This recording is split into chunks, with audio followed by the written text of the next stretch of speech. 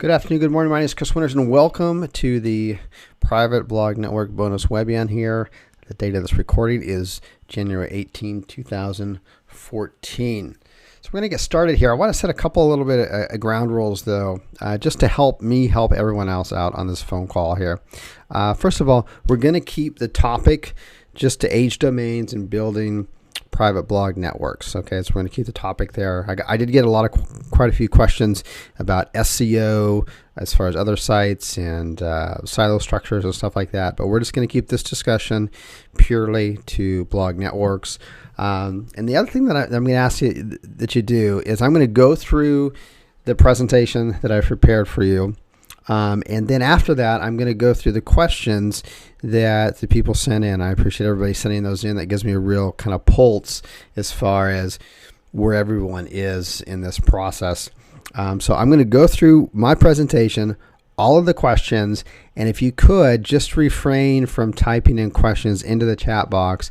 If you've got questions as I'm going along, then what I would suggest you do is write it down, type it down on a text or a Word document, and then if I don't answer it by the time I get done with everyone's questions and the presentation, then you can just copy and paste it into the chat box, and that way it's a lot easier for me instead of getting possibly 300 or 400 questions that some people do multiple questions, and then I end up answering them along the way. So it gets it gets hard to manage, and I can't answer all the questions as much as I would like to. So if you could do that, that would be great.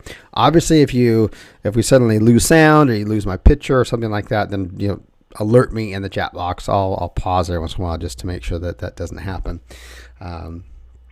With that. And so we'll go ahead and let's see here. We're looking good.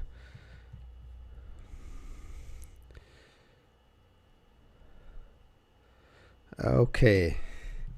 Can't hear what you're saying. Debbie, can everyone else hear what I'm saying? I did check earlier, but just some other people, if you can hear me saying, just type in a 1 in the box real quick. If you can hear me, just type a 1 in the box. 1 sound good. Okay, so I got lots and lots of 1s. So Debbie, you might want to turn up your speakers or put on some headphones on that end of it. So we got lots of 1s. Everyone else is fine. Okay, cool. Let's get going here. Alrighty. So let's talk about what the ideal, or at least these are all this is based off of my experience, my opinions. There are different ways to roam, right? So these are going to be the methods that I've used, and I've used successfully, and they're very effective. And so here we go. The ideal expired domain, in my opinion, and the majority of them that I use are for local, by the way, but it really doesn't matter, is that I like something that has an age of at least 5, has some page rank to it, has some good quality backlinks going to the site, and the theme of the site that I'm purchasing matches my niche theme. Okay, those are really the 4 things that I'm looking at. We're going to dive in a little bit deeper into them as we go, and these are not in any particular order, okay, as far as importance go. Now, in most cases, what's going to happen, at least it's been my experience, but it's not always, it depends on the niche, is that you're probably going to need to compromise on one of those features. So, for example, you may not be able to find a site that is of the same theme that your money sites are, okay?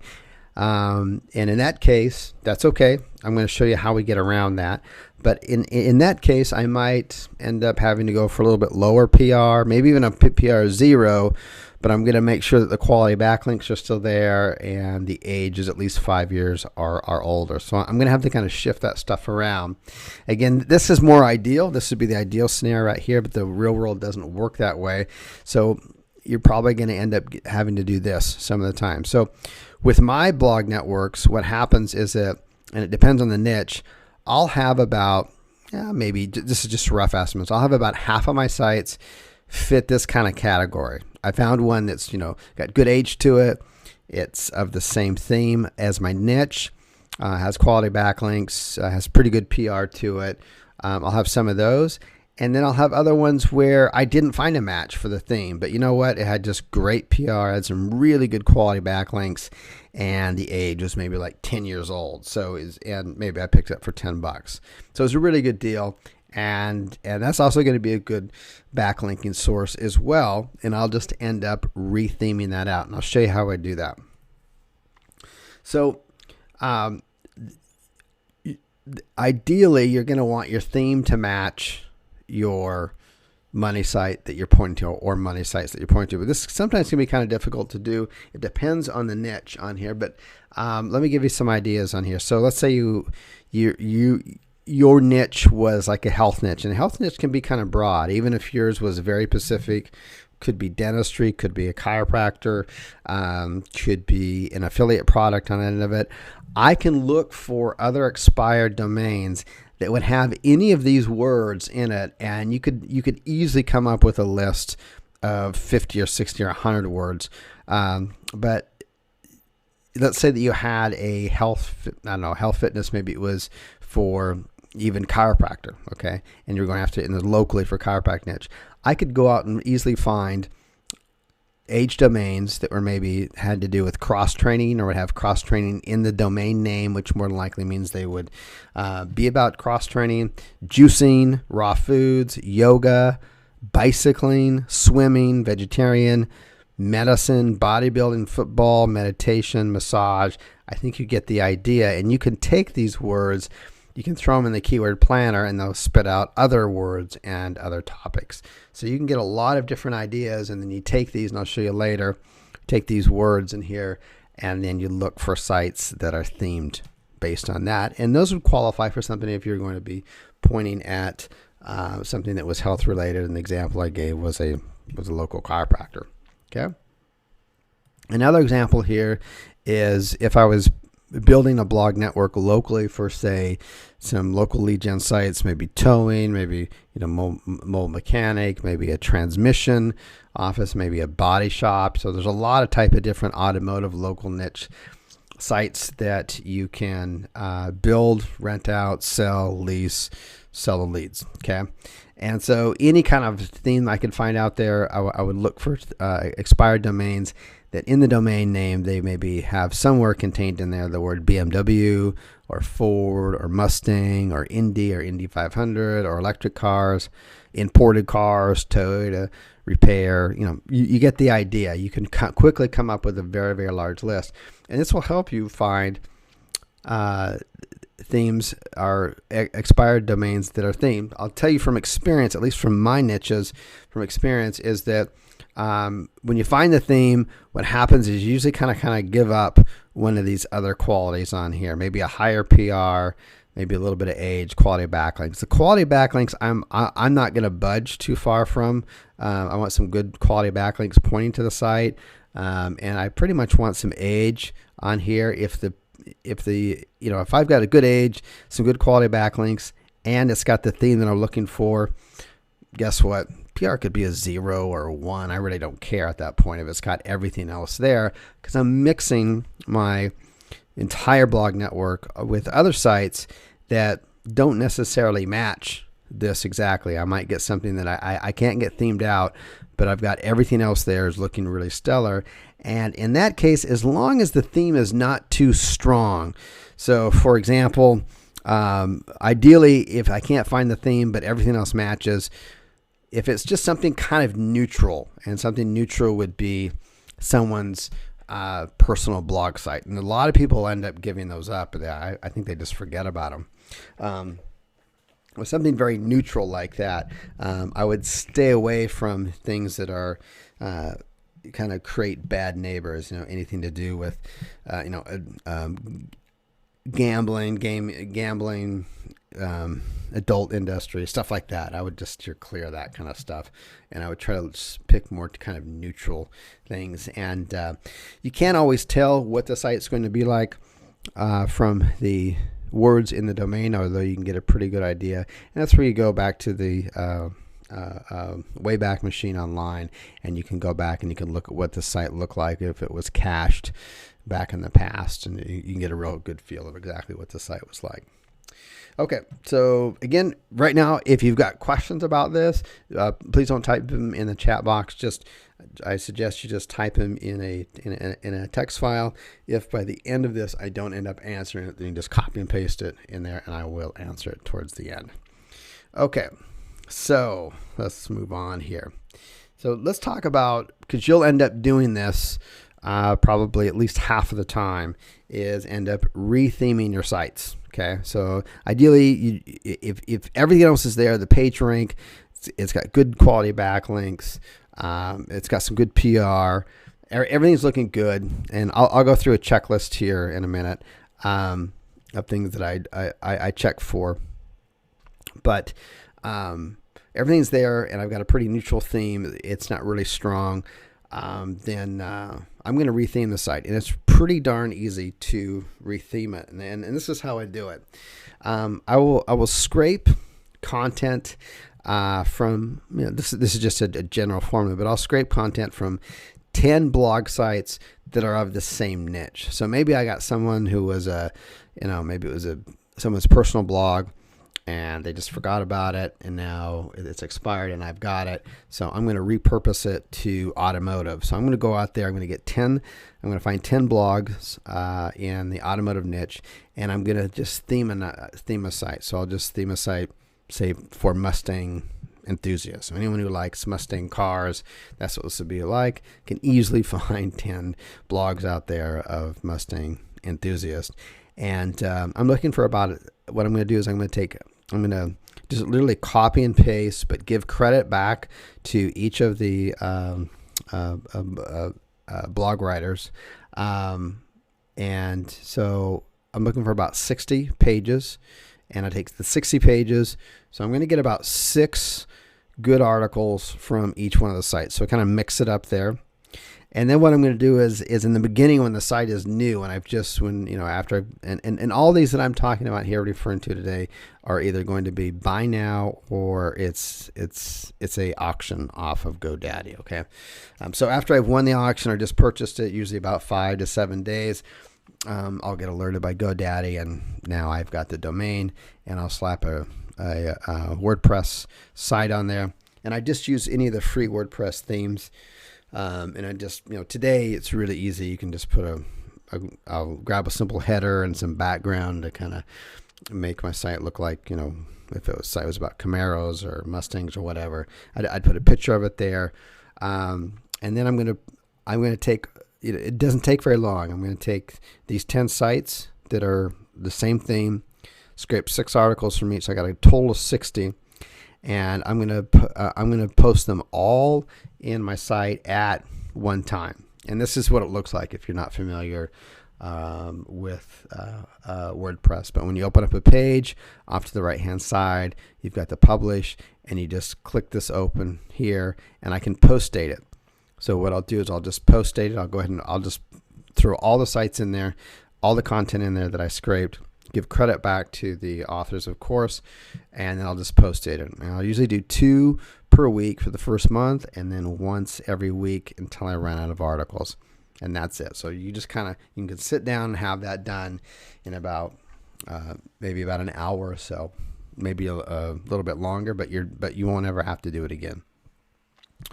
And that's helping Google know that, hey, this site is about Mustangs, right, or Camaros or whatever, what kind of cars, because you're having that content regularly being dripped in there. The other thing that I do is on my home page is I'm going to have the posts, and I gave this before earlier on here, but this is a sample of a site that's themed out as Camaros. We don't have any posts. The posts will go right here, but I'll have the pages. It doesn't matter where you put them. I put the pages off to the side, or maybe up here in the drop down. Just however you want to do it, or however the theme's set up, you can just use your pages there. But I do set up the post as the home page, and when I do that, that's just in the settings. And in the settings, you click settings where it's blue here, and then you'll click the reading settings. And what I'll do is I check mark your latest posts. So I check mark those. Okay. So that's going to direct every new post to my home page. And then for the blog post to show at most, it's 30. So I put 30 on there. And then I do full text. Okay, I don't do the summary, I do the full text. So that's the way I set it up. So that this site here, the home page is where all of the PR is and the links are pointing and stuff like that. So that's why I want these to show up. And there's one or two ways you can do it. You can, after you reach 30, you can you can come in here and edit this and add 40, or you can leave it at 30, and then the 31st post will go to the next post that you put in will go to the top, and the 31st will go back behind. It'll still be on the home page, but it won't show up in the home page when you actually go to it. I've on a lot of our blog networks, I've gone all the way up to 100 outbound links. In other words, 100 posts on page 1. Perfectly fine with it. When I'm giving advice to other people, I suggest 30. I think 30 is very conservative. Okay. Alrighty. So the other thing that we've got on our site here, again, these are just free WordPress sites. There's hundreds and thousands of them out there, and we just pick any one. It's very easy these days to put in a picture for the header and a little background, and I've got the title up here, and I would put a contact us, and Google's very clear about this. They want to contact us, and they don't just want to contact us form there. They want to contact us with preferably a name, an address, a phone number, and maybe even a email address. Okay, and they also want disclaimers at the bottom. And on all of this stuff here, when this is over with, you'll get these slides as a PDF. You'll get the webinar, and you'll also be able to download the webinar as an MP3. And you can also download the webinar as an MP4 file, and then I'll have a resource box at the bottom for all the resources that I'll be going through here on that. But I've got legal disclaimers, really important. I've been saying this for a while. Google's been asking for this stuff, and that's one of the things that they require of sites, is that you've got your legal pages, you got your disclaimers on there. They just want you to look like a legitimate business. And I've got through a special arrangement, I've got it's $9.99. I don't get any affiliate commission or anything from it, but it's $9.99. It'll get you the legal pages across the bottom, and you'll be up to snuff. And what will happen if you ever track this kind of stuff, you can put content and pages on there, and then a day later you can put your disclaimers and stuff, and your disclaimers will get indexed first every time. I mean, Google looks for it and finds it. Okay, we've got everything else here. Blog roll. You don't have to name this blog roll. You can go, news sites, resources. But down here, I'm going to put anywhere from 1 to 3 authority links. The obvious one would be, I'd look up Camaro in Wikipedia, and I would link out to that, and I would find 2 or 3 others, maybe like a Google News or Yahoo News or an About Us, and it just looks natural. You want to have a site that doesn't have just outbound, just doesn't have one-way links going out, and is also linking out to authority sites. So pretty basic setup. We're trying to make this place look like it's a home. And so let's move on here. These are the plugins that I use, and I always, no matter what sites I'm using, whether it's for my lead gen sites or affiliate sites that I've got, or for the private blog network sites, I keep my plugins to a bare minimum. There are hundreds and hundreds of plugins out there. So this is just the bare minimum. Doesn't mean you couldn't put more if you've got other favorite ones here, but these ones are the minimum I would put on, guaranteed. One is the all-in-one SEO pack. There's a lot of different variations out there. I just use the kind of the plain old generic one. But you've got to have it. XML sitemap, definitely have to have that. And then I get it's just a disable comments plugin. It's just a lot easier, and I don't have to worry about it. Otherwise you're going to get spam like crazy, because you're going to have a site that has probably some page rank to it. it's going to attract a lot of the bots to come out and find you and put automated comments in this. So just get the plugin just to disable it and be done with it. Disclaimers, your legal pages, all that needs to go somewhere on your site. We like to put them down the footer, but you can put them off on a widget off to the side. You can put them anywhere you want on the site. But I'll drop a link down later in the replay, and it's normally like $39, but it's $9.99. So, and it works here. And then this other one is really important. I don't hear enough people talk about this. There's certainly a lot of information out there on the web. On any topic, obviously, but also on blog networks. But I don't hear anyone talking about this, and this is kind of a critical one here. This is a plugin. This is a paid plugin, but what it does and why it's so important on here is it's not this one. This one's a free one. Sorry, this is I need to add the other one on here. I'll add it right now. But this one is. This is a free plugin, but it's really important to have. And this is another one I don't see a lot of people looking for here. I think it's right here. Yeah, this is just a link juice keeper. Maybe you've heard that, maybe you haven't. But if you're buying an age domain, you're going to have you could potentially have links coming in from other pages that aren't around anymore, and this will just kind of redirect any of those links back to the home page, so you don't have any 404 errors, anything like that. Google's able to crawl the site. It just keeps it a little bit neater. Really important when you've got a blog network site. The other plugin, and this would be this one's free, obviously. The other plugin in here, and let me grab it. It's right. Oh, where did I put it? Right here. Let me just put this up here. This plugin, and the developer of it, Todd, is a great guy, very dedicated to his craft. He's not just a programmer, but he's a total SEO guy. He's been doing blog networks for a long time, and he's also very dedicated to keeping the update of this plugin on here. And the name of it is Spider Spanker. And what I've arranged. First of all, let me explain why you need it. Let's say you've got some money sites out there, and you've worked hard, obviously, to get them to rank. You've got leads coming in, you're leasing it out, you're doing the pay-per-call leads, whatever, and it's generating you income. It's a true asset to you, and it's bringing recurring income. Someone could come along and they can take, there's various sources out there, but they can take any number of these paid sources, and they can analyze your backlinks, okay, which is what a good SEO person will do. They'll come into a good niche, and they'll take the top 10 sites, and they'll analyze the backlinks, they'll look at the anchor text, they'll look at the source of it.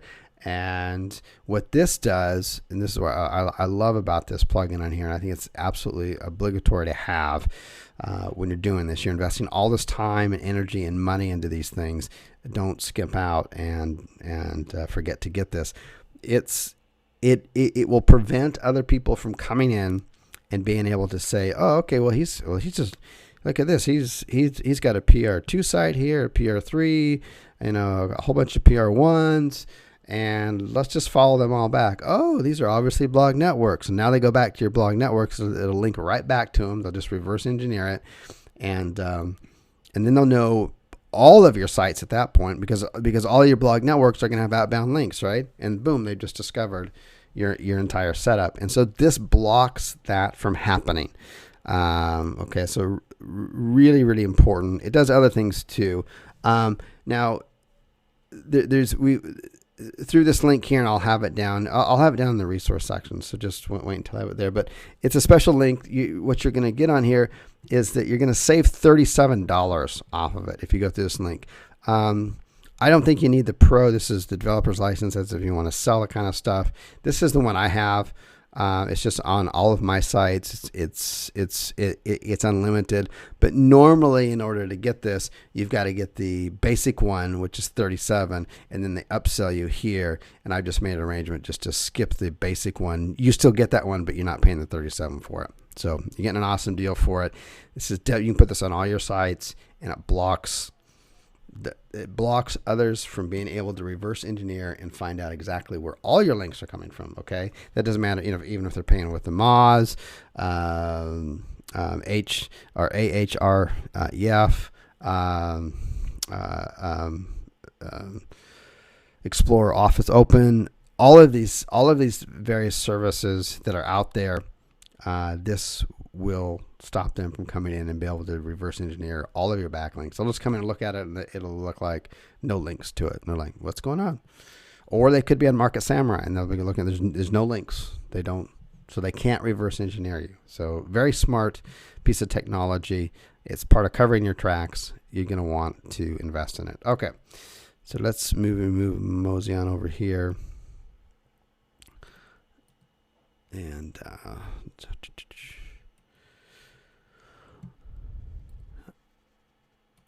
let me just check the chat box real quick, make sure I'm still live. Everybody can hear me, all that kind of stuff. Cool.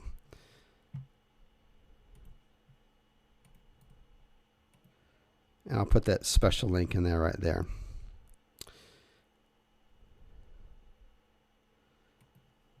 Good. Okay, looks like we've got here. Yep, there'll be a replay. Sound is back. Okay, cool. All right, the good thing about it, if we do lose sound, although I have a really strong internet connection because I'm back in Korea right now, is that the replay will have the sound in it. So, all right, let me get back to my slideshow, and we'll keep moving on here. Got a lot of material to cover on here, and I wanted to put this in here just really quickly here.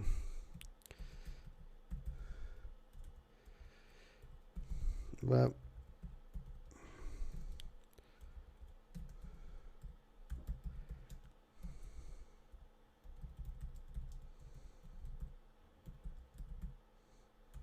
okay.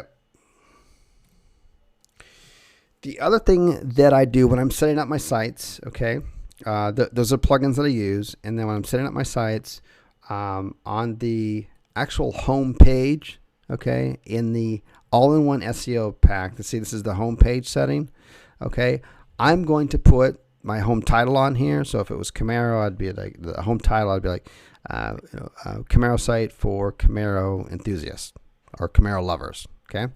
And then a description. I'd do 160 words or less, and I would just describe in general what this overall site is all about. Okay, this is important to do this. Spend 5-10 minutes doing this properly, and then for the keywords, what I use in the keywords in here, and I get about 40.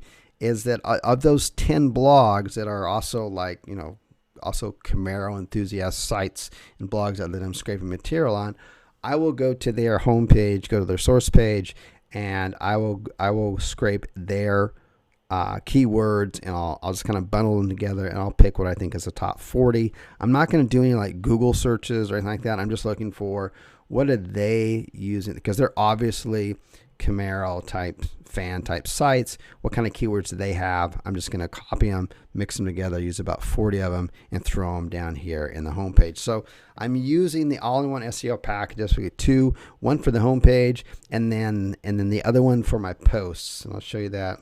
We've got that there, and this one's for the posts. No, that's the homepage. Boom. This is for the posts. I don't do it for the pages just because it's just too much work. We're like an assembly line.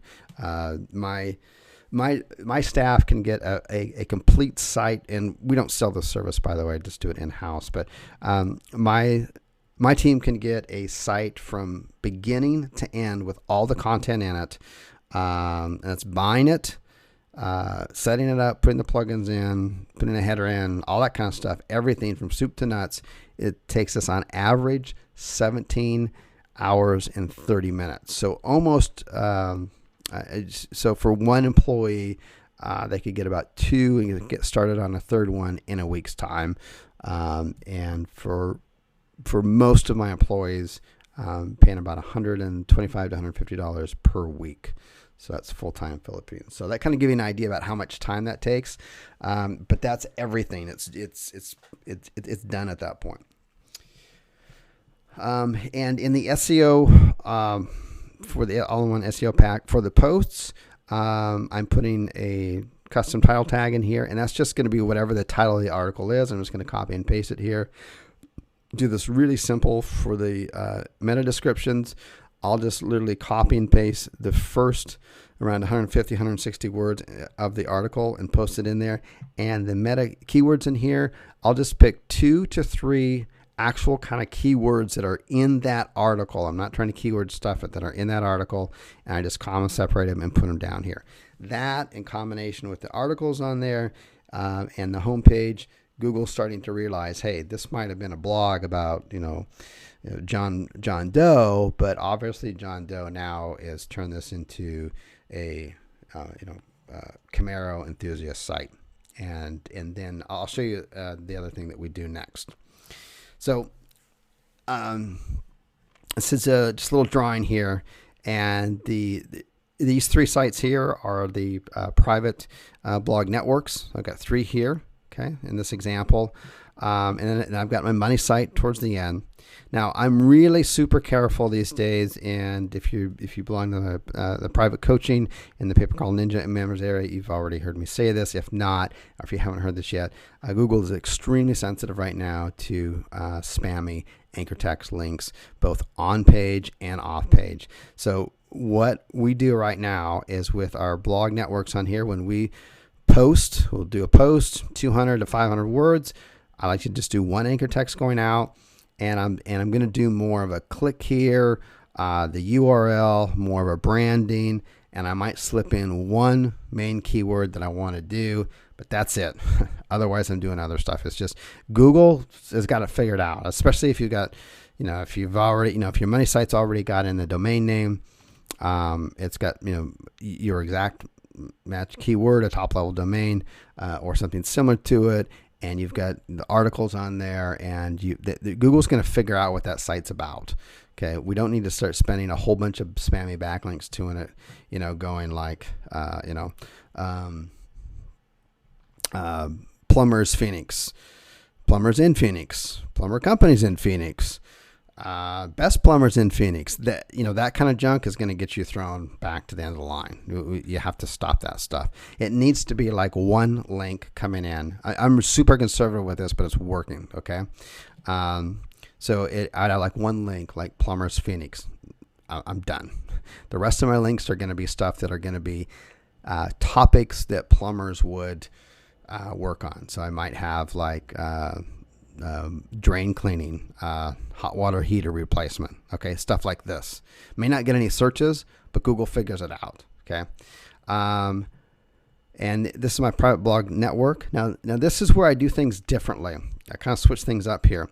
We're not trying to rank these private blog networks, okay. All I'm trying to do with these private blog networks is they've got some age, they've got preferably some good quality backlinks going to it. They've got some good age and some PR to it. And so what I'm going to do here with the anchor text links, this is where I get kind of spammy with my backlinks. Okay. These backlinks pointing to my private blog network, that's where I go a little bit kind of crazy with it. And I got no problems doing that because it's not going to harm my money site at all. What it does with the private blog networks is it lets Google know this is what these sites are all about. Okay. And this is really important if you're retheming it or repurposing out. So what I do is I'll take about 50% of the anchor text, and I already have the anchor text for these sites because maybe this first one is about Camaros. Maybe the second one is about, I'm assuming I'm pointing to like automotive type sites. Maybe the second one is about, Indy 500. Maybe the third one's about transmission or something like that. So I already know from when I put on my homepage SEO pack what my keywords are going to be. So those are going to be my anchor text coming back to my blog network. Okay. That's going to be about half of them. About the other half is going to be my keywords that I would really, in the middle, in early 2013, I would have anchor text to my site directly. So like if this first site is, Mold Mechanic Austin, for example, then these backlinks that I would go back here, I would do an anchor text right back to my blog network that would say Mold Mechanic Austin, or Mold Mechanics in Austin, or Auto Repair mechanics in Austin. That's where I would get kind of so-called kind of spammy coming back here. That way Google knows what these sites are about, and then I get the credit for I'm getting a themed site that's pointing to me, so I'm getting higher quality backlinks to my site. Okay, so don't overthink that process on here. And I'm using this as quality links, but also as kind of a buffer site. But the reason I'm sending these backlinks, and I'm not doing high quality backlinks on here. I'm not doing like spammy, like scrape box type stuff on here. Not at all. But stuff like social bookmarking links. I don't need a whole lot of them. Okay, I just want good kind of do follow social bookmarking links. I want stuff that I might have to backlink those backlinks a little bit, because I want them to get indexed, preferably cached, so that I get credit for it. And the credit that I'm looking for is not like a high quality link that's going to raise a PR or anything. It's just letting the search engines know that what these blog network sites are all about. Okay, so that they know that the quality of the links that's coming here is very themed out. Hope that makes sense. All right, let's move on here. I already went over this. I'll just review it just really quickly one more time. The all-in-one SEO pack for the homepage. I do that one. That's just kind of letting Google know, hey, this whole site, this is what it's about. And just not for the pages, but for the posts that I put in, which is 100% original content. I only like to do one outbound link going from it. That's where I'll use the all-in-one SEO pack. So it's just easier for the search engines to crawl and go, okay, we know what the homepage is about. We see what some of the pages are about, and here's some of the posts. And here's the meta tag, the description, the title in it, and I don't get all keyword stuffy with them or anything like that. We clearly know what this site is about, and you can really retheme these things really quickly by doing that. I'm not going to go over everything that's in the course that everyone here purchased, which is the SEO 301 redirect package. I'm not going to go over those step by step, because there's a lot of good stuff in here. The goal of this is to add and to supplement to the material that's already in there here. So I'm just going to run this over really quickly. These are things that I check for. You'll find this, I believe, in the course as well on here. I like to verify the age. They give sites where you can do that. I want to make sure that's not a fake PR. There's places that you can just search on the internet. And there's also in the manual too, where you can check fake PR. A really quick, easy way to kind of double check fake PR is you just take your site that you're possibly going to purchase, your expired one. You just put site : you throw in the domain name, put it in the search bars, and that site should show up. So it's still indexed, right? That site should show up, but if it says that it's a page rank of 5, but what you entered in was, CamaroCars.com, that's what you entered in site : cache. But what ended up getting in the search engines was CamaroCars.net. The extensions at the end don't match. That's a fake domain. Okay. But there's also, and they've got the resources in the PDF that you all purchased for like $7 or $8 or whatever it was. It was a steal. And then in there, and they've also got the resources in there too. This is a good one that actually a lot of people don't suggest, but it's really good to check. See if the site's ever been banned or de-indexed by Google. That's number one. And number two, has it ever been banned from using AdWords? If it has, then I don't get it. I'll go over a little bit later about how I check the quality and the trust factor of the backlinks. That's important. And then I got quite a few questions about this, so it tells me you'll see the questions later. So we have some really smart people on here that have obviously been either involved in setting up their own mini blog networks, or they're in the process and they've done a lot of research on it. But this is a good question on here, and that is, I check the who is, and that particular link is inside the PDF that you got with the course. But if you check it, you'll see very clearly, it will say, Tom Jones has approximately, 100 sites and 100 domains, and this one has been dropped twice. It'll say drop 2 times, drop 4 times. If it's been dropped once, I'm okay with it. If it's been dropped twice, I don't touch it. Okay, that's just my rule. It's treated me good. I've been perfectly fine with it. If it says it hasn't been dropped at all, that's even better, right? But if you want to be real conservative, if it says dropped, just go on to the next one. There's, I don't know, 20 or 30,000 domains that are expiring every day. So there's plenty of them out there. So don't get married to one. Okay, that's all I want to go over with that. All right, remember, if you've got questions right now, just keep listening, take notes, take the questions and write them down on a notepad. If I don't answer it by the end of here, then you can just easily copy and paste it into the chat box. That way it's very easy for me to organize and just start nailing out the questions from there. So I follow the checklist for the qualified expired domains that's in the course itself on here. And this is one thing that I do. This is good right here. This is a really good sources to kind of tell if you've got good quality backlinks. They're usually a monthly prescription fee. So sometimes they can be $80, $100. It really depends how much you're doing it. Sometimes $50. But this is a good link. Let me actually pull it off of here. And again, I'll have all these resources down below on the replay. But I know some of you want to look right now. So this is a 120 free day trial. So 3 months, right? Yeah, 3 months.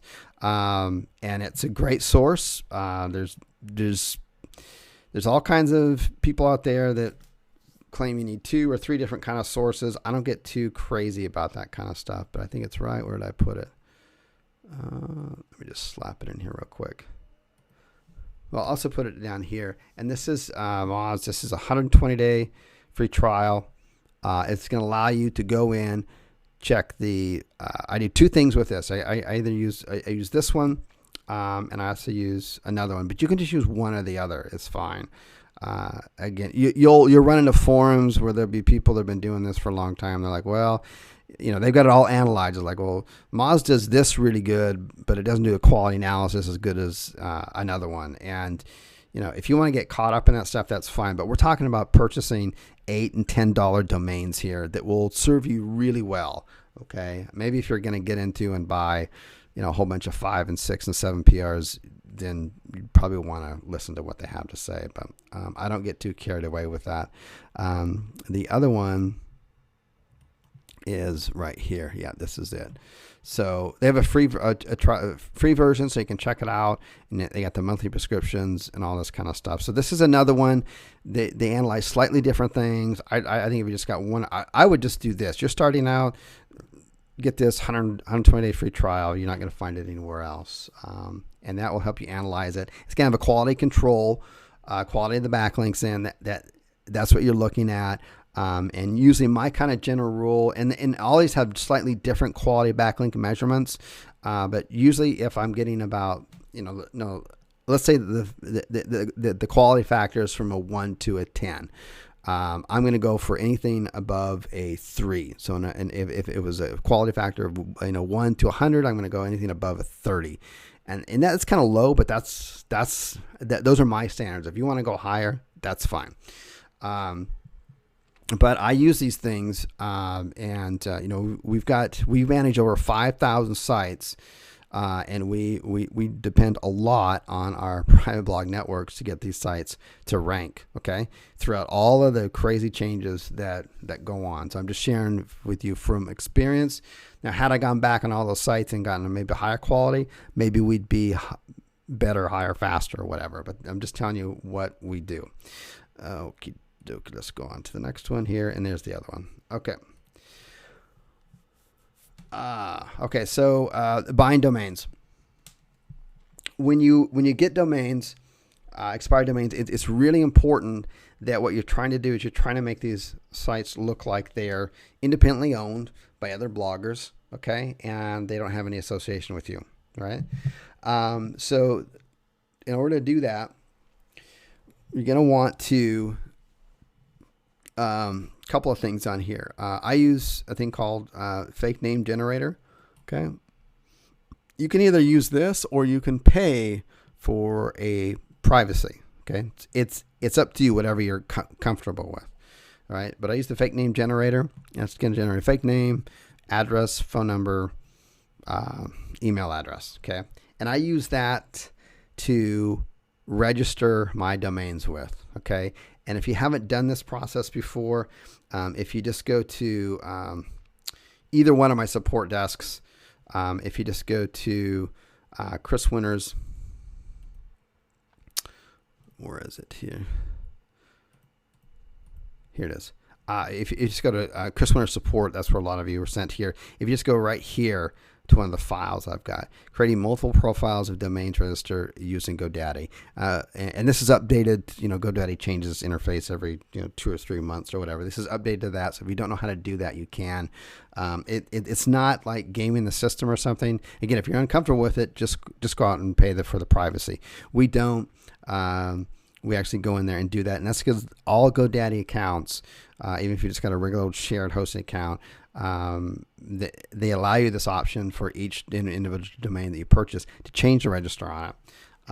And that's because you might be managing other people's sites, right? So that's why it's there. If you want to learn more about that too, and again, I'll put all this in the resource box below. I've also got a free course. There's no upsells or anything to it. I got a free course. I'll put that out there in just a second here. You're going to want a different IP address. Okay. And, if you go to, a lot of you already have this because I get like 10, 20 people sign up every single day. I'm not quite sure where it's getting out, but that's fine. But it's hideyoursite.com/sign up. And that shows you step-by-step on how to go through host 9 through a resellers program. I've got all the detailed videos in there, and it allows you to get a different IP address for breaks out to about a quarter a piece. 25 cents a piece, which is a lot less expensive than what's normally out there, which the average is around $4.99 and up. Okay.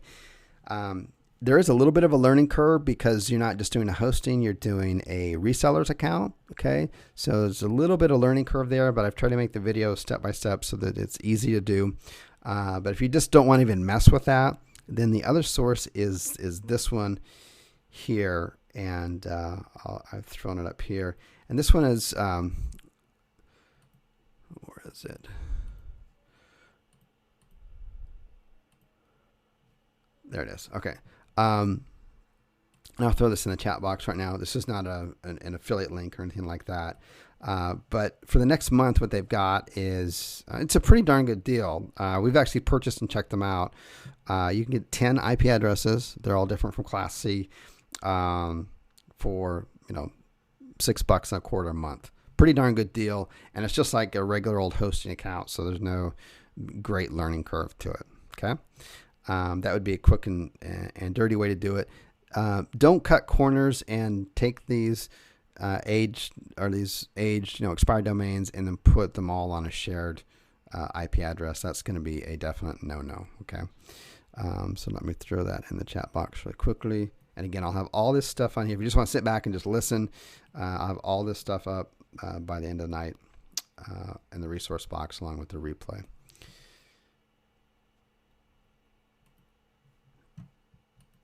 Alrighty. And the other thing that I go over this too on hideyoursite.com sign up, is change your name servers. I do that. I have my team do it. But it's really simple. If you've never done it before, a little bit of a learning curve, but once you got down, it's like anything else. It's easy to do. So basically, I've changed the register on here. I've got a different IP address. I've got a different name server.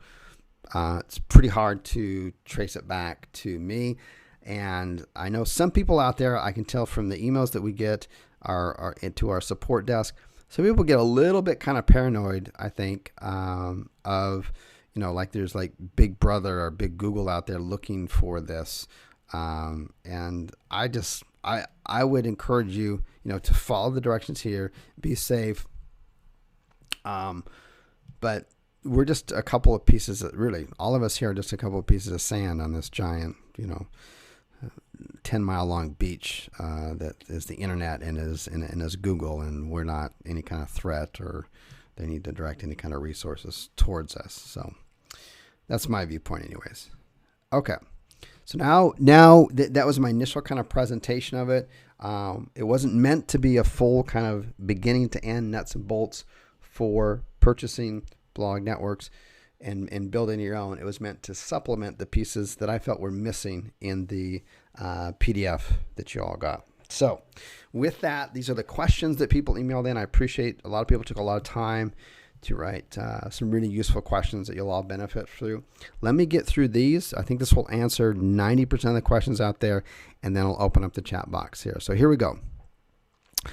Anyways, on the webinar, can you please go over building private blog networks for local SEO clients as well, and if there are any differences? Can you also confirm? Okay, so that's the first part of the question. I think I've covered that already, but basically there's a couple of groups of types of blog networks we have, and we've got a lot of them.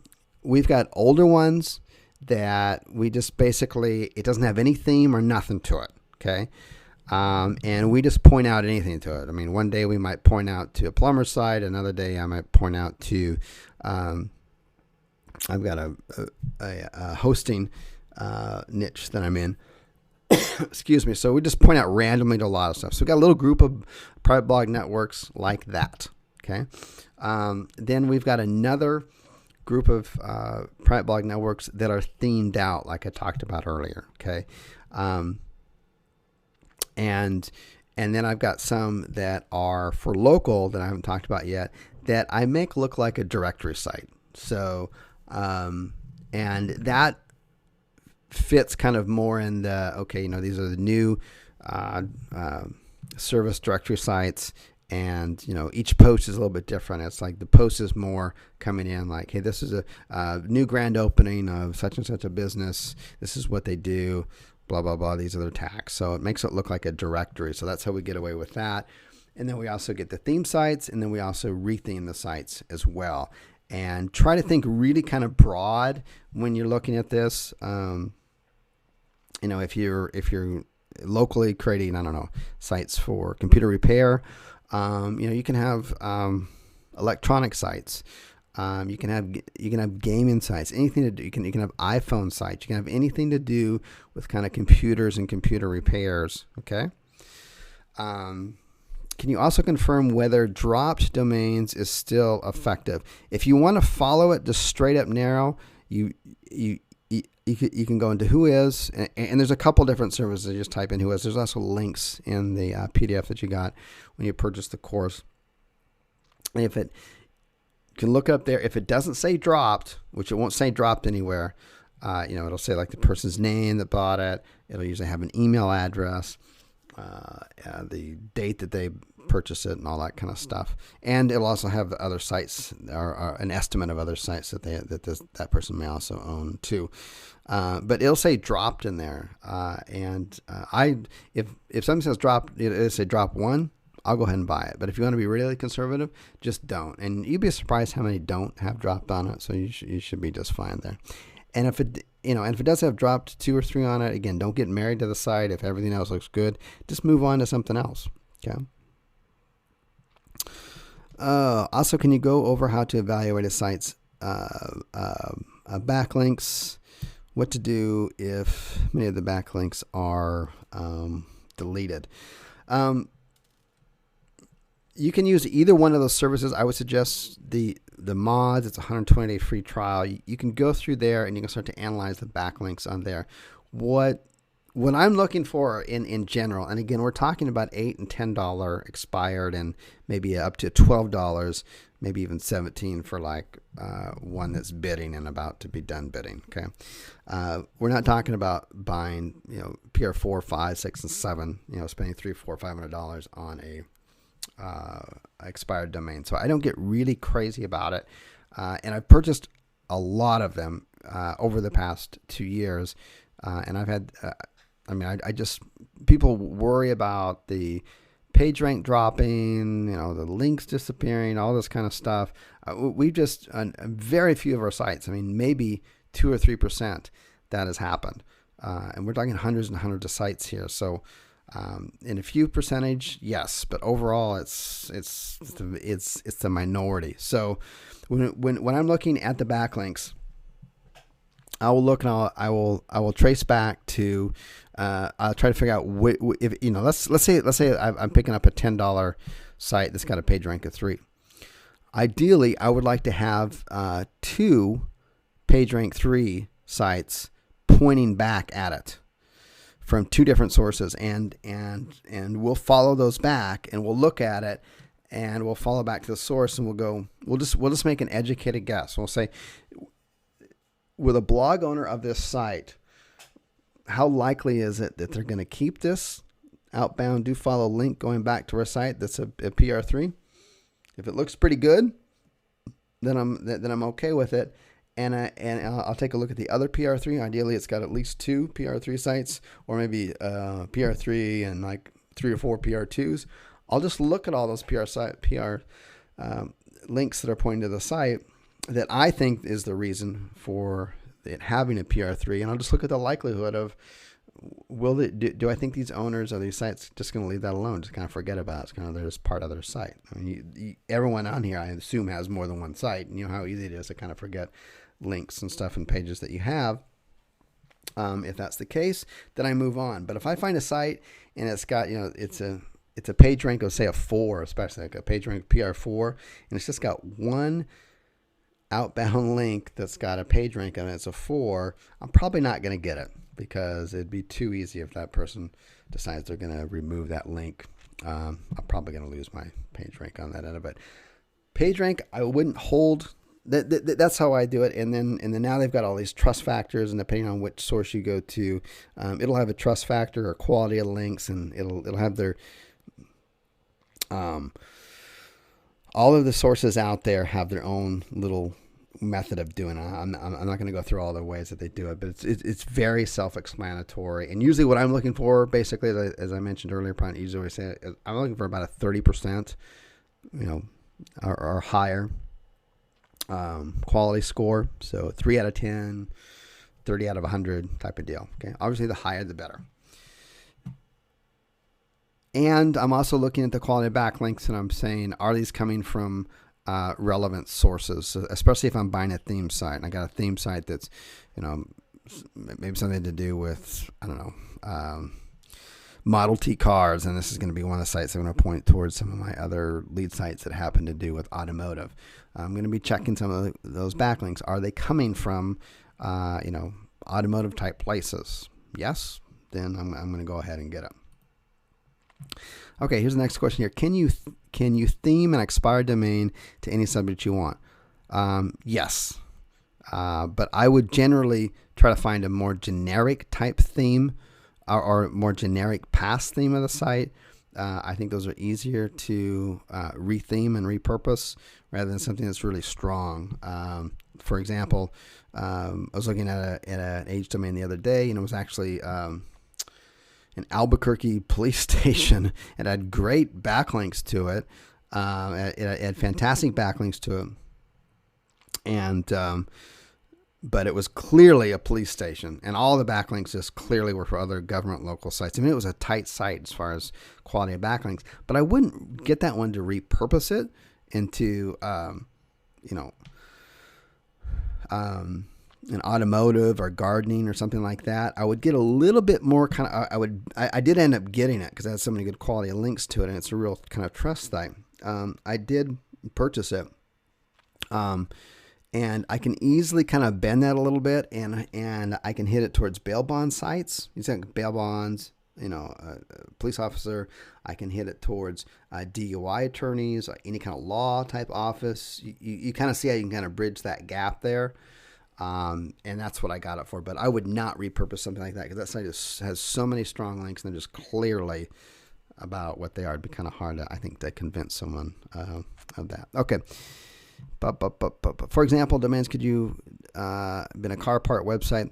Do you need to make articles again? Okay, so I talked about that. Already. Please explain the reseller hosting account briefly. Not all the resale accounts come with many different. You're going to want to go to, again, I'll have the resource down below on here, but I got a free course on that. Excuse me. And I'll explain how you can do through Host9's the only one I know where you get a reseller account, and you can get different IP addresses. And it's $25 a month, and you can get it for up to 100 domains. So it comes out to a quarter piece, right? It's an awesome deal. And the other thing I like about Host9 is that it's not a SEO hosting site. Okay, it's just another site. It doesn't market itself as, hey, all you guys or gals are opening up blog networks, come and get your IP addresses from us. It's kind of unknown out there. So I like that about it.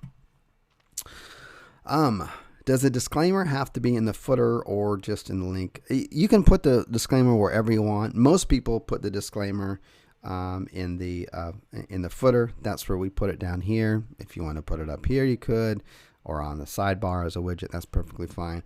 I'll slap the link down below.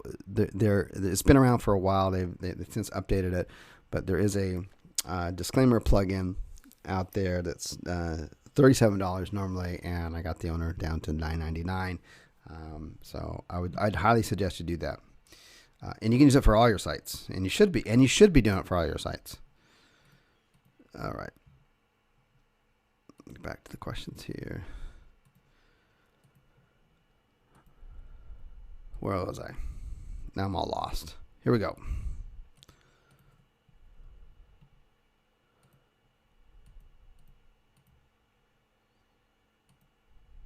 Boom. Yep. Okay. I want to buy a domain that fits the criteria for the 3-1 Direct course, but has a nonsensical name, the expired domain, and the backlinks, anchor texts, and Majestica SEO are about European travel, but I want to transform this domain into a medical website with content, and then link the local medical websites to this anchor text. Will this work? I think it'll work. I would kind of bridge it over a little bit. I would maybe have some of the, of those, maybe as I'm suggesting, and how we lay out our sites for like the pages for content, because it was a travel site. I would kind of try to bridge it from medical or from travel to medical. So how would you do that? You would go out and you would find a bunch of articles about medical tourism, which is really big, like in Korea. It's huge in Korea, by the way. I mean, it's huge in Costa Rica and stuff like this. So I would find articles like those that would help kind of bridge that gap over, and then you can kind of make the transition, if that makes sense. WSO Core says to buy the privacy option for the domain only if building a private blog network. If doing a 3-1 redirect is a bad idea to do privacy or just not a necessary cost. That's for the privacy. That's up to you. If you want to take your domain names, I would suggest one or two things, but one or the other, nothing else. One is buy the privacy domain. That's fine. That's kind of the straight and narrow way to do it. The other way to do it is the way that I talked about earlier, and you can go to the customer support, and on there we've got a document you can download, and we show you how you can do it in. If you buy, you can actually do it with Namecheap or any others, but we use GoDaddy for those, so that's the example that we gave, and you can change the register in there. So, and that's the same register information that we use, right? When we register that domain, that same register information that we use there, guess where that also goes to? It goes in the contact us up here.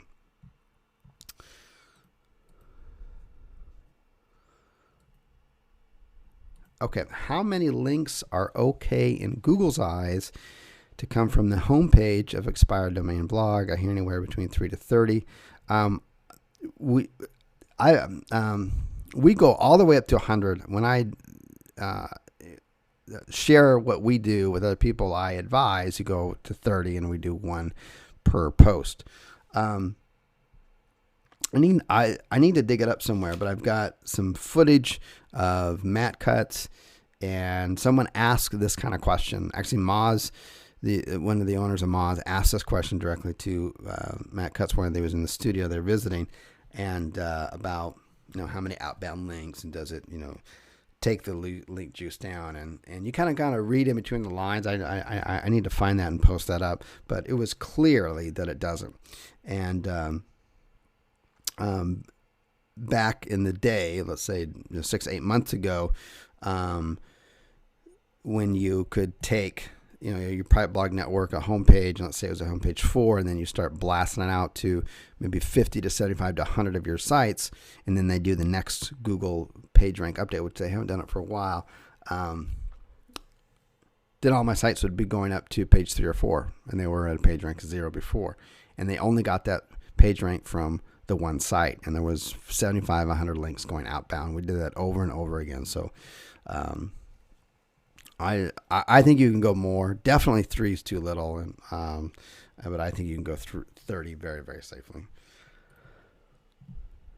What are some good free themes to use for your private blog networks? We just use any free theme that we find, but we make sure it's just randomly choose it, and we just choose a free theme that's out there.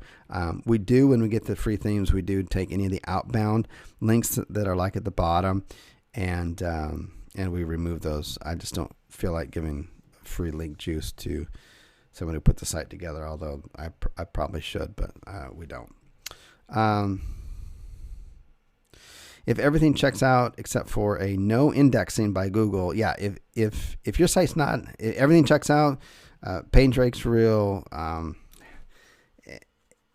backlinks look good, all that kind of stuff, but it's not indexed. You just type in the domain name or site, or even cached. It's not indexed. I'm not going to get it. Should we install a 401 redirect plugin or on our new domain? I answered that earlier in the list of domains or plugins that we use at the bare minimum, but it does the same thing. You mentioned having 30 posts on the homepage. Can you give a little more detail? I did earlier. Do you lay it out so there's 1 or 2 paragraphs appear on the homepage, and the balance goes on another? Nope, we have the full length of the page, 30 posts, not an abbreviated one, the full length of it. How many do you start with, and how fast do you go? It's only 30 backlinks. Sometimes we'll do 5 in a day, and then we'll just, because we're rotating through our sites and stuff, we're very conservative with our backlinks as far as being slow and steady. So we might go another 4 or 5 over the next course of 3 weeks to the end of the month. But we're not worried about how many are going outbound of the private blog network. That's not even a concern to me, because I don't care how that ranks. Okay. What I am concerned about is pointing too many links, too many even quality links, too many links too fast at newer sites. Or sites that's not a normal pattern. So that's really what I'm more concerned about there. So let's say that I had 30 sites, and the 30 sites, they had a good quality link last week, and so maybe 10 days has passed, and so I'm ready to showing out another good quality backlink to it, and I got one site that'll point at the 30. I would just do all 30 right there, because I'm not concerned about how quickly I'm posting out material with outbound links on my private blog networks. I'm more concerned with the how quickly my money sites are receiving these links, and does it look as natural and high quality as possible. Okay, do you ever use a new site for more than one related business? Yes, absolutely. So I think I've talked about that earlier, so I think we've covered that. Do you use SEO plugin? Yes, we do the all-in-one SEO plugin. I've covered that. Do you buy .org, .net? I keep to the top level, toplevel.com, .org, .net, but there's so many domains out there that one of my first criteria that I go through is I look for the .coms. I just go for the .coms, and if for some reason someday I'm not finding some real exciting .coms, I'm going to go to the .nets next, and maybe the .orgs after that. But there's so many domains out there. It's ridiculous. So I usually am going to go for my number one pick, which is the .com. Do you use Link Juice Keeper? Yes, I do. We talked about that earlier in here. Or any other alternative plugin to preserve your link juice for the blog network. Yeah, we do. And we use the Link Juice Keeper, and it's a free plugin. And it'll be in the program. you'll get all of this as a PDF along with the replay of this and an MP3 file, and then also a resource box as well. So you have the links there. I'm cautious like you. Do you do anything to mix up the legal pages that you use on your blog network? I just built out my private blog network, and at the moment, especially because some are small, with maybe 4 to 5 posts at the moment, adding the same 4 to 5 legal pages on each of the 70 sites doesn't sit too well with me as far as footprints go. I think it's okay. I mean, you bring up a good point. So if you want to like spin them, I guess you could. I'm not going to, but with the legal documents that are in there, at least with the one that I recommend, and it's only $10, is, and you use them on all your sites, unlimited, is you're asked to enter in some of, like the email address, I guess the physical address on there. So that does change. And I think a lot of people out there use the same legal forms, and it's not considered kind of duplicate content. I'm hoping that Google's algorithm is smart enough for that, and we've been okay. I've never had, knock on wood, I've never had any of my private blog networks de-indexed or anything like that. But I don't sell them. I'm not exchanging links with them or anything like that. They're just for me and my sites. So I think it's really safe. Okay. Okay, so on the subject of videos on here, have you ever seen them get penalized for perhaps over-optimizing anchor text, where all you need to do was add in a few naked URLs, the longer tail terms, similar to websites? I have a few stubborn videos, and that's probably the next thing I'll try. By the way, I'm only using network links on these videos. Okay. So the answer to that is no. We still rank videos. We are currently right now ranking Hangout videos. Those just rank faster. But we're just like the good old days. We're not having any problems with them. We're getting these things to rank very quickly. So we got our old. The words we're trying to rank for is in the title. We might put a second version of it in the title too, as long as it fits. We've got it in the description of the video. We'll send some backlinks to it. We use OnlyWire, and we use some things you may want to consider doing if you're having trouble of them ranking is make sure that you're getting real slow and consistent views and some subscribers on here. Don't get these automated fast ones. YouTube's caught up with those. They can test those out. And if you go to Fiverr or search online for it, you can tell by the reviews. The other thing to do is, and a lot of people forget this. Like, okay, I'll get some subscribers, I'll get some views, everything's cool. I'll get some backlinks.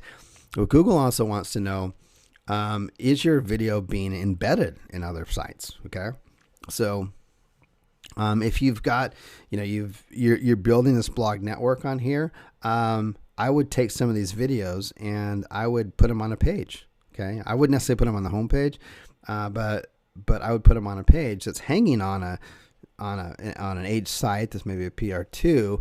That counts. Okay, so you've got 5 or 10 of those or whatnot, and you throw those up. That's going to go a long ways, because Google's like, whoa, people are embedding this. They're not just pointing at a link towards it; they're embedding it. So that's another factor I think people overlook.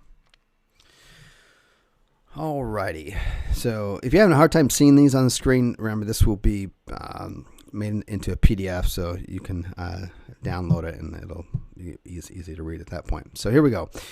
Question number 1 here from this particular person is, even though you use a different IP address to host the blog network sites, can Google detect that you are using the same IP address from your own computer to create and edit blog network sites? And if so, will that trigger further investigation by them? I mean, I suppose they could. I mean, definitely they could.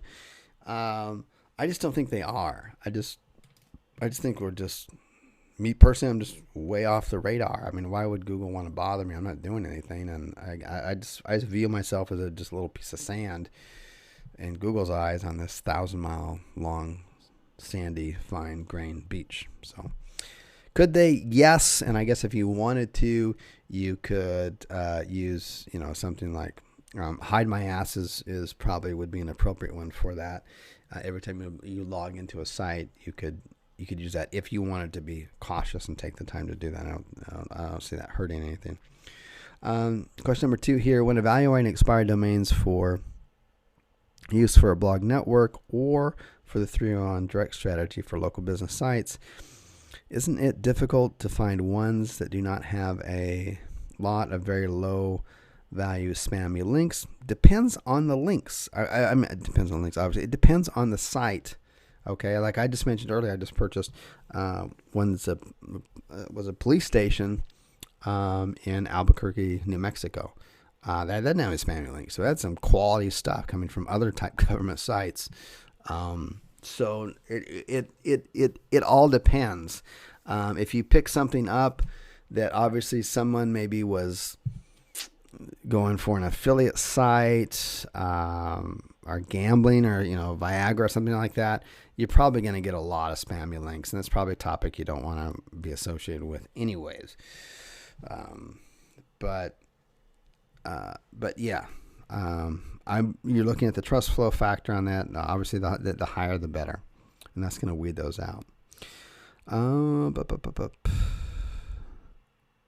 And wouldn't expired domains with those types of links or anchor texts be detrimental if used in the 301 redirect strategy? It definitely would. So yeah, if you're going to take in the beginning of the course using the 301 direct strategy, you definitely want to have the high quality links. You definitely want to have the age, and if you get some PR out of there too, that's good too.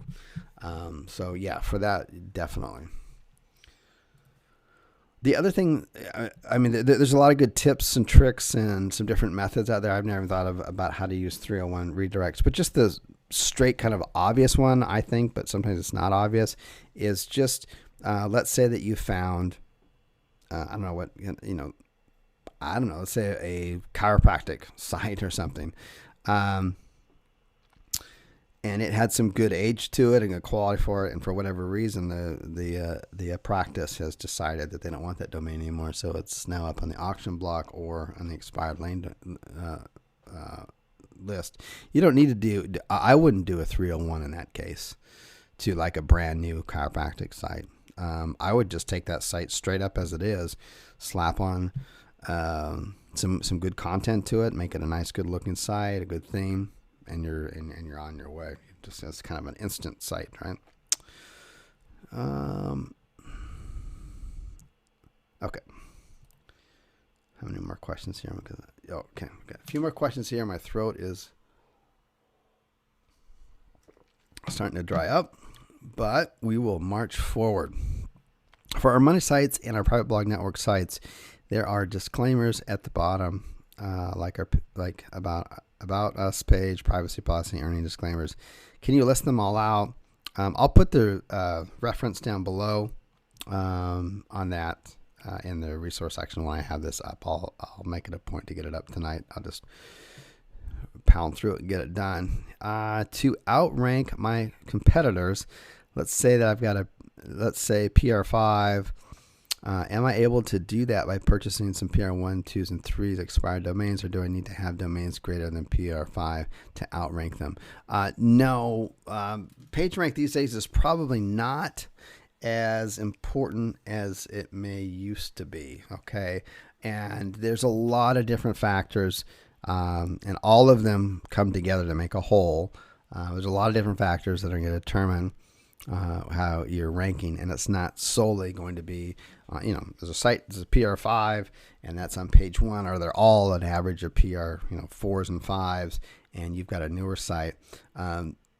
Don't back down from that. There's other factors in there, looking at the quality of their backlinks, their age, how theme specific is their site. Do they have good content on their site? Does it have a good user experience? Those are the other kind of factors that you're going to look into. And there's been many a times where we've come in with a site that's maybe 4 or 6 months old, has PR0, but has got really good on-page SEO, has some good content, has some good silo structures in there, some good interlinking. It's just providing a lot of value to anybody who'd want to see the site. And we've got a slow, steady supply of really high quality, relevant links pointing to the site. We're going to inch in there. There's no doubt about it. So, but had I come in there and gone, you know what, we've got everything going on here, but everyone else is a 4 or 5 PR, and if I would have backed away, I would have lost those opportunities. So don't let that be the only factor on here. If you're completely brand new and you haven't been through this process before, I would encourage you to, if this is a local niche in a bigger city, maybe select the same niche in maybe the suburb of that city or a little bit smaller city where the competition may not be as high as far as the page rank or the age and the page rank go on that. Okay. When inserting content into your blog network press site, do you scrape and use your own content for the main page, another Web 2.0s? Okay, so for our posts, I don't spin it. I do 100% original content. So we go to maybe if we're in a hurry, we'll do like iWriter, but we do run them through a Copyscape. And for the posts, I just make sure they're 100% original because that's where my outbound links are going. For the other things in the pages on that, we don't, but we do give credit back to the author, person who wrote it in their website. If you are scraping and using other people's content, YouTube videos, what's the probability of them clicking away and getting caught up with other videos and going off the other page? That's a possibility. Instead of clicking through on your main site, or am I missing the point? The blog network's just designed to use to pass the previous PR juice. Yep. You may have that's a valid concern. You've maybe scraped some material that's themed out. It's maybe got some photos, good content. You've given reference back and credit to the author and the author's blog, but they've got a video in there that's a YouTube, and they could, it could distract them to go off in other places. That is definitely a possibility.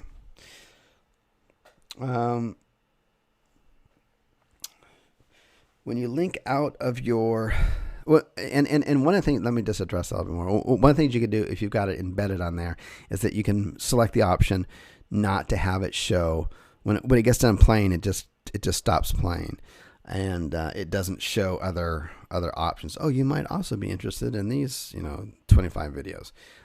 It doesn't have that. So you can change that adjustment when you embed the video. If you're scraping it and it's showing that back up, you might want to think about changing that, which you can easily do. When linking out of your blog networks, do you always link out to any of your other content on, let's say, a Web 2.0 of yours, and then linking to your main website, or do you only link to your main sites? We only link to our main sites, but on our main sites we do home pages. We'll do some inner pages on our money sites. So we kind of mix them up there. We do also use them for our videos, and we do also use them for citations. So if you were to fill out and do and optimize, say, a yellow page listing or any of the other citations out there, and you point some good quality backlinks on it, you'd be surprised how quickly those will raise up in the ranks. So then you got a video up, you've got a citation up, and you've got your site up. So pretty powerful. Okay, when you point the 5 private blog networks to your money site, did you do them in any particular way based on the different page ranks? I.e., did you send the higher PR3 to the home page and the PR2s and 1 to the various? the money sites, or does it really matter since the link juice eventually filters up to the homepage? Anyways, it doesn't really matter. We do a combination of, we'll do more. We'll do maybe 50%, 50 to 60%, sometimes 70% to the homepage, and the rest to just randomly inner pages. But if as long as you're doing the silo structure, you're not gonna, that link juice is not going to be a loss, because it will just it'll redirect back up to the homepage. But it's important that not all the links are coming in only to the homepage, so it looks more natural. So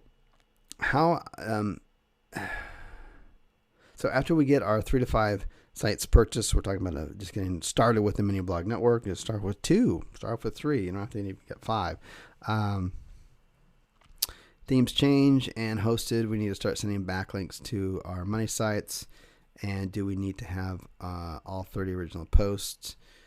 No, you don't have to have all 30 posts. You might just, let's say you've got 3 private blog networks that you got up and you're ready to go, and on the post page or the home page there's no articles going out. Just put the articles up as you need them to point out to your other money sites. You don't have a time frame there, any restrictions that way. Can you go over how a silo site and a private blog network ties together with linking? Some of those links should go to the inner pages. Yeah, that's correct. So if you got a single silo structured site, basically it's got one home page. It's got your, maybe your 3, 4, maybe 5 very similar keywords that you're ranking for, and you got some posts that are pointing back up and passing on link juice to that home page. When you're doing a blog network and you're pointing those backlinks to that particular site there, the majority of them are going to go to the homepage, and some are going to randomly go to the posts, and that's how I would do that. So number 5 here, each private blog network site should only have one link to your money site, or can it have different links to your inner pages from the same private blog network? It can have different. So let's say that I've got, private blog network number 1 might go to my money site number 1. I might send over one link to the home page and another home link to maybe another top of the silo or another page with the topic that I want to rank for. But I don't get that would be the most I would do is 2 outbound links to the exact same site. Otherwise, it just, in my opinion, just becomes a little bit of a waste of time. All right, last question on here, and then I'm going to go into the actual chat box here. So, for example, if I understand the principle correctly, it is to get the private blog networks to mirror the money site keyword. Yeah, I think so. If I understand that question right. Maybe not mirror, but be themed out. So if you've got, financial, maybe a local financial planner, one of your sites might be around, retirement or college planning, or to do with finances too, like a news stand too, because that would fit in that same kind of category. Private blog number 1 uses 1 anchor text for the prime keyword hyperlink to the money site homepage. Correct. Private blog network number 2 uses 1 anchor text for the second search keyword term, yes, and the third, and so on and so forth. Yeah, I would. That's fine, but I wouldn't be doing stuff like these days. I would be doing maybe like 1 to if it was like plumbers Phoenix, I might just have 1 just to have plumbers. And then the next one I would have like click here. The next one after that I would have actually the raw URL. But I wouldn't be getting into a whole lot of stuff like plumbers in Phoenix, Phoenix, Arizona plumbers, plumbing in Phoenix, plumbers, Phoenix, Arizona, stuff like that. That's way overkill as far as anchor text goes.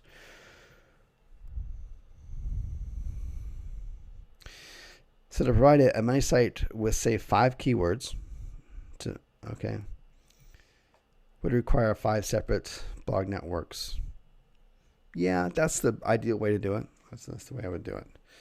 You got the idea there. So let me open up the chat box and see where we are. Oh my goodness. No one left me in the past hour or so since I've been here. So thanks for sticking around. Alrighty. Let me take a quick drink here. Clean out my throat. And if you've got some questions now that you've saved up, now's the time to copy and paste them in here. And I'll do my best to go through it here. Okay, so I'm just going to go right from the top and come on down. Question: when you give credit to the content author, do you give a link or not? That's up to you. We don't give a link, but it clearly enables someone to like copy and paste, and they could give it back. So we're verbally doing it, but we're not giving an actual clickable link back out. So I put the person's name, author's name, and the URL, but none of it's clickable. Good question.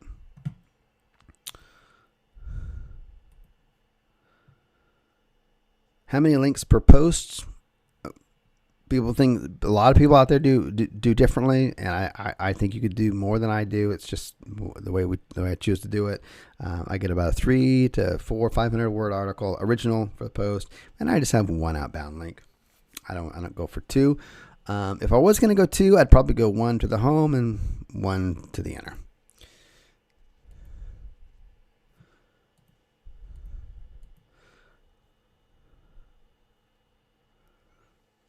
Okay. Make sure that, this is from Nolan on here, says, make sure to let everyone know on the call that the Link Juice Keeper plugin will not work if they don't change their permalinks. They must change that for the Link Juice to work now. Thank you very much, Noel, for that. Appreciate that. And if you're not quite sure what that is, Google it, because I saw that out there. Link Juice Keeper, also by Don on here. Don suggests Link Juice Keeper. Also, Digital Link Doctor has worked great as well. DigiLink Doctor. I'll just put that in the chat box down here. DigiLink Doctor. Send all. Thanks for that. Appreciate the tip.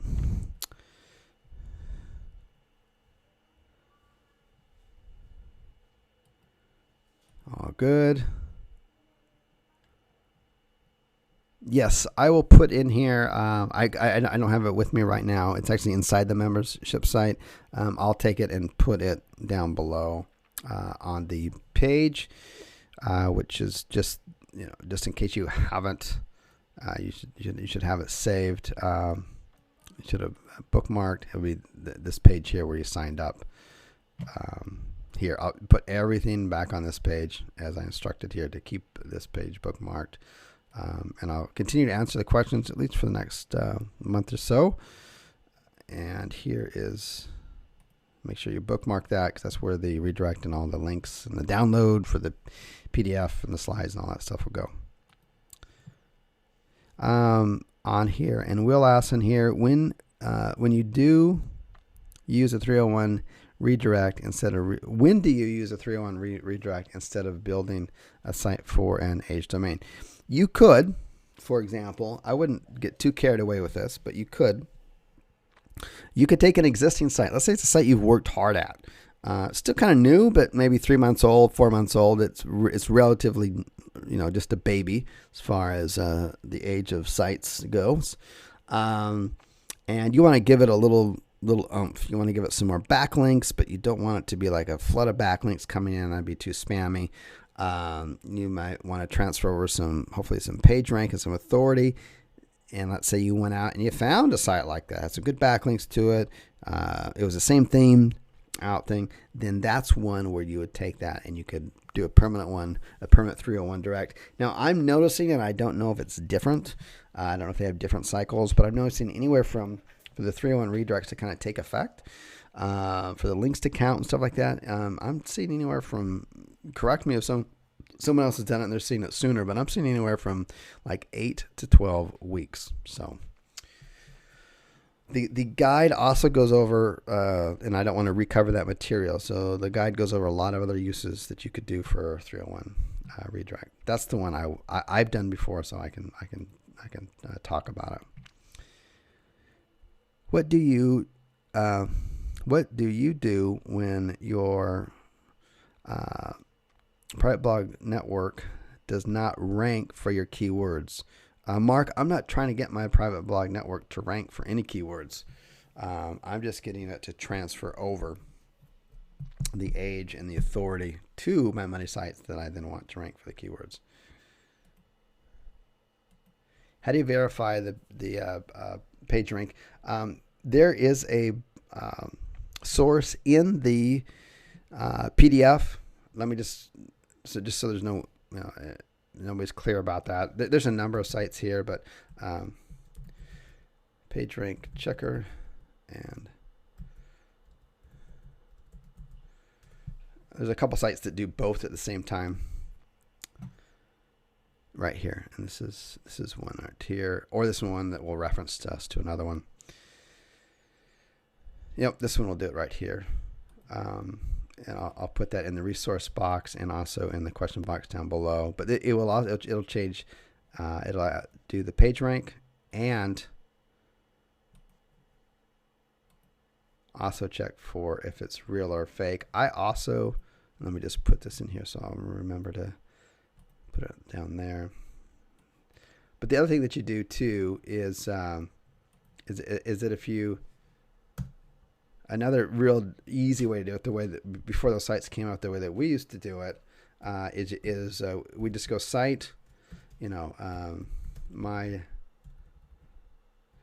the URL is. I'm just gonna put mydomain.com, and then you press go, and the first site that should show up should be mydomain.com, like it does right here. Okay, but if this was a .com, and it was saying that this site was page rank of 4, but then the first one that showed up was mydomain.net or .org. That's a fake page rank. Okay, that's the manual way to check it, and we still do that from time to time. If the one site checks and says okay, we'll double check it here. And there's actually additional resources in the guide too. It's always good to do that. Replay yes.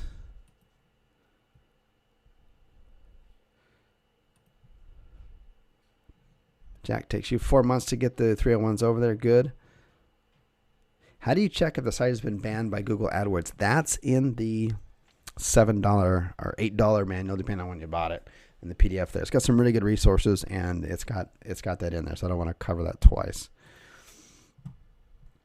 Do you make private blogs for each you purchase, or scrape the article, keywords, etc.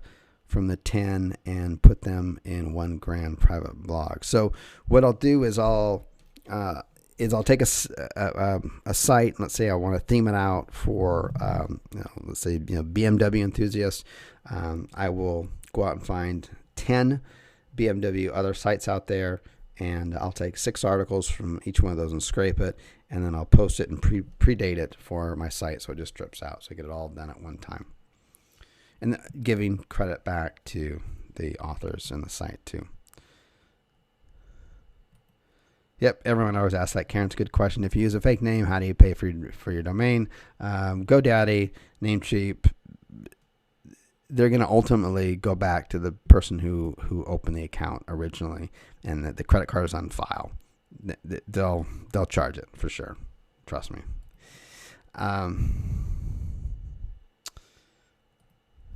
Is it a good idea to use the same age domain buying criteria for our money sites also? So if you're going to buy it, if you can, absolutely it is. So Reed asked there that question. So let's say that I wanted to, open up even plumbing is getting kind of competitive these days as far as local niches go. But let's say I wanted to get into a competitive niche, and some high page ranks, lots of pages, lots of age in it, lots of authority backlinks. It's going to be a lot more cost effective for me to take the time and effort and invest in a $200, $300, $400 domain that's of that same niche. It already has the age, already has the page rank, already has the backlinks, and I just slap a WordPress site on it. I'm going to get to where I want to go a lot faster, and it's going to cost me a lot less than starting with a brand new site and spending hours and resources on backlinks for the next 6 to 8 months just to try to compete with them. PDF, question mark. The PowerPoint slide, I'd switch over to PDF, and it'll be a download on the page where you got this. You'll get the PDF after I post it up. I have to actually switch it over.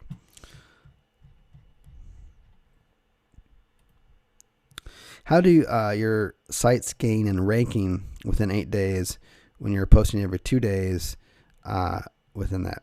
Jim, I don't. They just do. These are good quality links, original material. I'm not doing spammy anchor text. It's contextual. It's original and good sites. It's themed out. Point it there, and they get indexed right away. These sites, so they get indexed and cached. I think it's important that they get cached.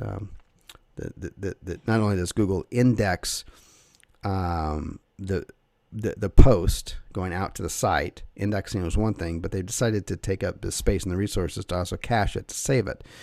To me, that's a full green light that link has gone to my site and the rankings go up.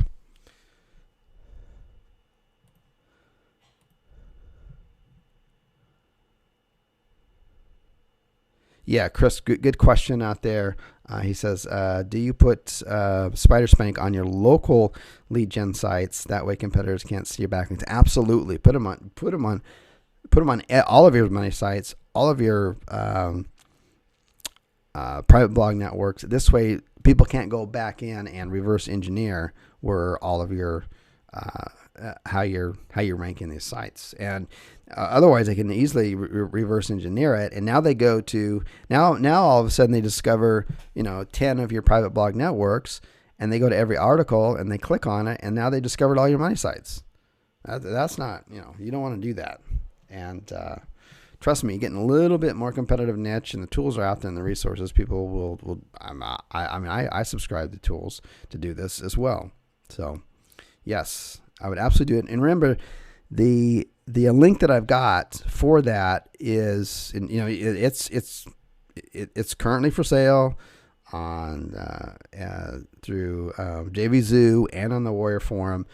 You'd normally have to go through the process of getting the basic one for $37, which is what you want the basic one, but then you really want to upgrade to the $47 one. And Todd's been generous enough to. I said, hey, give us a discount because it's just going in the members area. It's not going out to the whole world. And so you're saving the $37 on that. So it's a huge deal. It is so worth it to protect your backlinks, because when you're investing in this, people will, and you're getting in money to sites. You're on page one. Someone's going to reverse engineer you. And then they're going to go back and find all your sites. And if they want to be really, malicious about it, they would show their sites, and they would show your backlinks, and they would maybe send it to Google and say, hey, look, this guy's got all these private blog networks on here. This is clearly against the terms and services. They're manipulating the so on and so forth. I mean, competitors get that away. Okay, so this is kind of a must-have plugin as far as I'm concerned. Let me send that at all. On here, and John asks, I'll send out the link in just a second. John asks, should I bother converting existing sites? Okay, like existing sites that you have like fake registration or private, change name, or just do it when you get the new domains. That's up to you. If you've invested a lot and these are your assets, you can go in at any time and change the register. I know you can with GoDaddy, so you may want to consider that.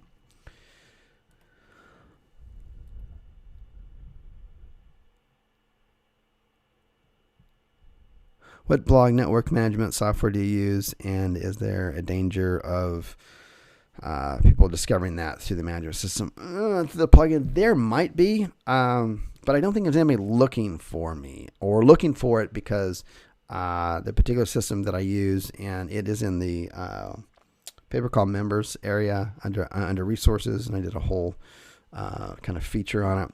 It's a free plugin, Infinite WP, and it's actually not a WordPress plugin, which is kind of cool. It's actually it's virtual. You're hosting it, and it just allows you to manage all your sites from one dashboard. And yes, it really is free, and it's awesome.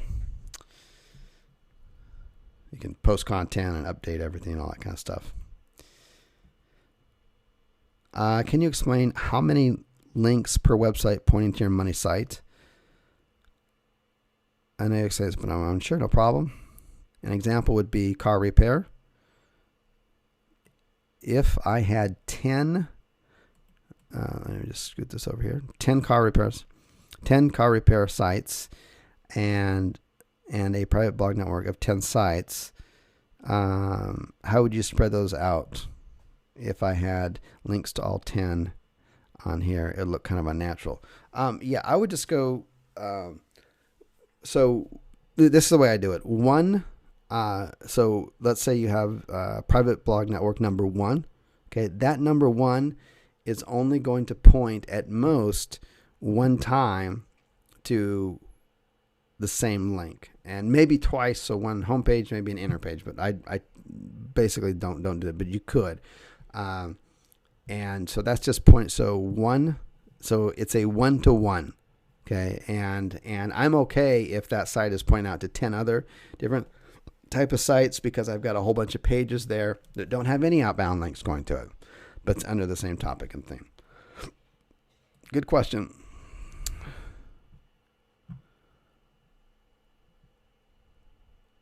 Awesome. So Jim on here is sending me a little bit of love, and the message on here says I've been working on becoming an expat for a while. Thanks for all sharing that. You're very, very welcome. Alrighty, so we're going to start wrapping this up here. I'm going to give a 5-minute whistle warning on here. My throat is hashed, so we're gonna go through this on here. I think we've covered a lot of good material. I'll also leave the comment box open on the replay too. But make sure that you go through the which will be the PDF. Go through the course that you bought. Listen to this recording, and I think everything will start to kind of fit together. How do you pre-link the articles that you are adding into the future? I don't pre-link them. So all the articles or the pages, I don't add any links to them. If for the post, you could pre-post them in the future. You just post them like you're going to post out today. You just do a future post to it.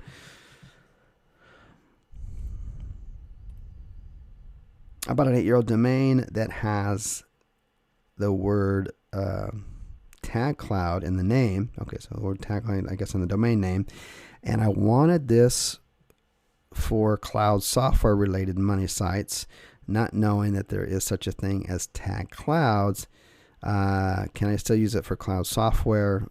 Okay, in highly competitive niche. So what I would do is I would go back in the Wayback Machine. Just the Wayback Machine link is in the PDF that you got, or just type in waybackmachine.org in the search engines, and throw this site in to there, and then it'll go back in the history, and it will save various months going back, probably, at least 5 or 10 years, or however old it is, and you can see what when it was frozen in time, what the site was about and what it had on it, so you can kind of see if it's the same type of topic, and see if you're going to get that kind of benefit that you're looking for. It was the same theme.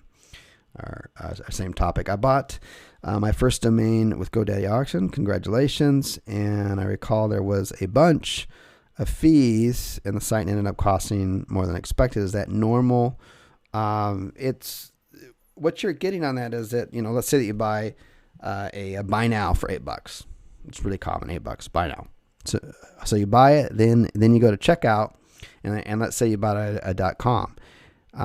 GoDaddy's not going to give any discounts. They're going to go $14.99 for a full year of renewing for your .com. Just search on GoDaddy and go GoDaddyCoupons.com renew. You'll find a lot of valid coupons. Plug them into the coupon there at the checkout, and you'll reduce it down to $7.99. So you get Maybe you get the buy now for $10, and you get the .com renew for $7.99 instead of $14.99. So, okay. If you are using images in the scraper content, do you attribute the photographer? Yes, and we've stopped doing that. In fact, I'm having my people go through all of our sites and remove any of the images that are in there that we haven't actually physically purchased. And the reason is that there are, and I'll share this with everybody on my list later as I get a little bit more information. But there are law firms out there, and this is just makes me sick. But there are law firms out there who have software they've created, made. They just go out and scrape, and they find the information. Every photo, unless you have a software that cleans it off, has geotargeting tags to it and a lot of other information they can identify it, and they can say, okay, so this person clearly owns this photo. Let's see if anyone else out there on the internet has swiped it. And they just find basically the coding that's on it, and then all of a sudden you get a letter in the mail that says you're in copyright violation for one photo. That'll be $3,000. We're suing you for $3,000. And if you think that's a mistake, or this doesn't happen, it does. A good friend of mine who will remain anonymous, he had like 6 of these on here, and he wasn't like maliciously doing anything. $50,000 they want to sue him for. I had a member, $3,000 for one photo. And these are literally these are worse than ambulance chasers. These are trolls. These are law firms that are trolls. And I've got a really good attorney who's out of Arizona. And it's so pathetic. They are preying on people who are scared and they don't know what to do. So they just end up paying. And the courts on that, the laws are really wide range. It could be anywhere from $100 fine all the way up to $30,000. And so they're just cranking it right up there, and it's absolute bullshit. But anyways, so we're going through to make sure that even though and this is one of the reasons I've moved everything, including my family, offshore. So our corporations are offshore. Everything we do is offshore. I have no money, no assets, nothing in the United States. It is not the same place that I grew up in as a kid. I go on for a tangent for another 2 hours about it, but it's just not. And that's exactly the reasons that I'm talking about. It's just becoming a nanny police state and all this kind of crap in there, where you've got, kids trying to open up lemonade stands, and they got police officers coming in saying, I'm going to have to shut you down. Why? Because you don't have a permit. They're 10 years old. Are you going to go out and get a permit? I mean, give me a break. We have to shut you down. That's the law. I mean, that's just ridiculous. Okay. And forced vaccinations in school and all this kind of crap. And, and if you look at, there's over 100 ingredients that's legal to put in fast foods and in grocery stores that's illegal in other countries. There are ingredients that if they put it here in food in Korea, if a manufacturer did that, they would be imprisoned. Okay, and that's in a lot of countries. And the fact that they don't label GMO, but they ban GMO, they ban beef in all kinds of other countries from the United States. And this is just, anyways, I'm going to stop there. So I'm going to go ahead and wrap this up. Take a look at the questions down below. The PDFs and stuff like that. And if you've got some kind of urgent question on that, that I've got, I run a real business. I've got a full-time support staff. They're well trained. They're the ones who build my private blog networks. So they're actually probably more qualified than me to answer them. And on that end of it. So go out there. There's not a step-by-step way to do these. There's always a little wiggle room. And like I said earlier, there's different roads to Rome, but y'all get there. So don't get too caught up in the details on the end of it. The most important thing is not get caught in analysis paralysis. Take action. We're talking about $5, $8 plus the renew fee for a age domain. Get in there, roll your sleeves up and do it. It will really help out. with your rankings, and you'll start to add some more knowledge and another skill set to your tool belt. My name is Chris Winters. Remember, serve first, earn more, and live more. Take care. Bye-bye.